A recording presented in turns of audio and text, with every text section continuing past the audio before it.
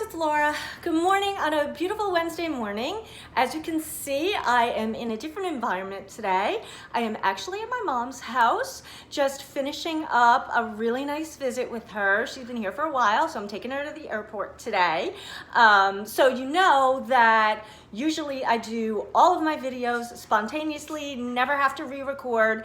Just to say for today, I had to re-record once because my mom walked into the video and she said, "Do you have enough light?" So that's what happens when your mom is involved. But I gotta say, I gotta give props to this woman who has dealt with me since the day I was born. So Mom, I know you're out there. I know you're floating around back here. Thanks so much. You know I love you. So let's get into the legal mumbo jumbo. Everything in this video belongs to me, Dr. Laura Ellick. Please feel free to share across your social media profiles and your platforms. Just go ahead and tag me. Any other use is unauthorized, but you must have my permission in order to use it. So let's get into the content today. So today's video is all about pride and stubbornness. And of course that expression, pride goeth before the fall, is really, really pertinent. Why is it pertinent? You know, I am always transparent about everything that goes on in my life. So I had an experience where I lost somebody who was really important to me because of pride. My pride, definitely, maybe the other person's pride, but we won't even go there today. It was about my pride. And so one of the things I want to talk about is what happens with pride, what happens with stubbornness, and why does it lead to ruptures in relationships? And when I'm talking about relationships, I'm not just talking about intimate relationships. I'm talking about business partnerships. I'm talking about corporations. I'm talking about workplaces. I'm talking about friendships. So here's the thing. I've been thinking about this a lot, thinking about pride. Pride is not technically one of those normal defense mechanisms that Freud loved to talk about. So I'm thinking, what is it about pride? What is it about stubbornness? They definitely go together. What is it that makes it so disastrous to any kind of relationship? And I thought about it and I was thinking, you know what? Pride is kind of like a defense mechanism.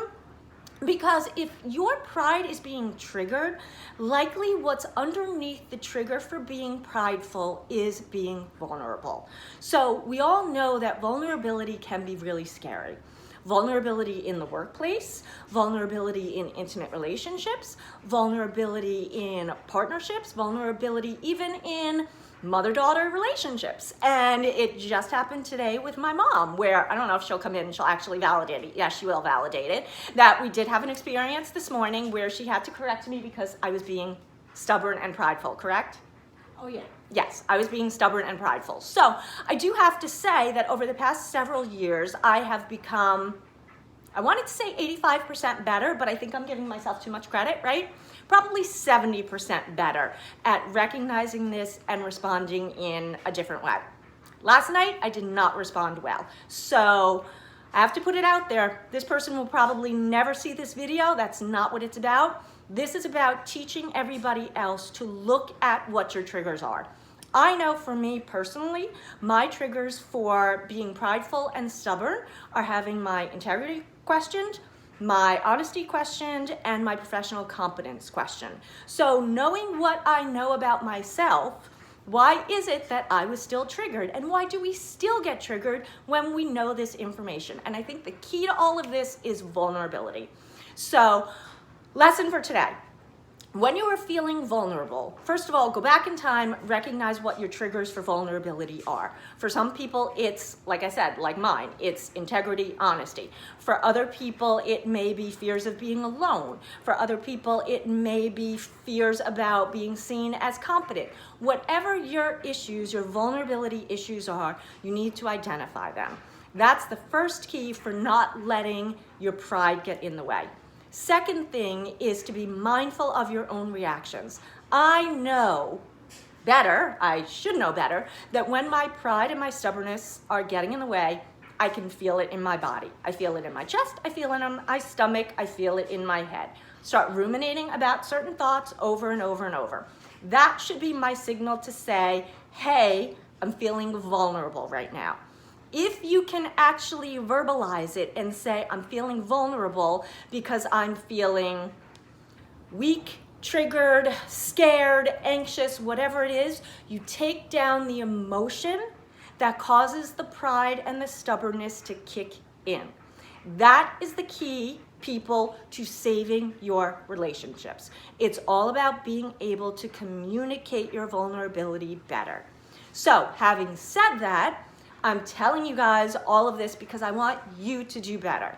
Today is the day that you can change things. I can't change what happened to me. I can only try to do things better next time. So, as always, I will always apologize. I will always try to make amends. Whether that happens, that remains to be seen. But I want you guys to take this lesson, run with it today, hit me up, let me know how it goes. We will probably be doing a workshop or more lessons on this in the future. But you guys know that I love you. You guys are all warriors. Peace and love. Hit me up. Let me know if you like this video. Give me a thumbs up and reach out to me, www.lauraellick.com. Love you guys. Bye.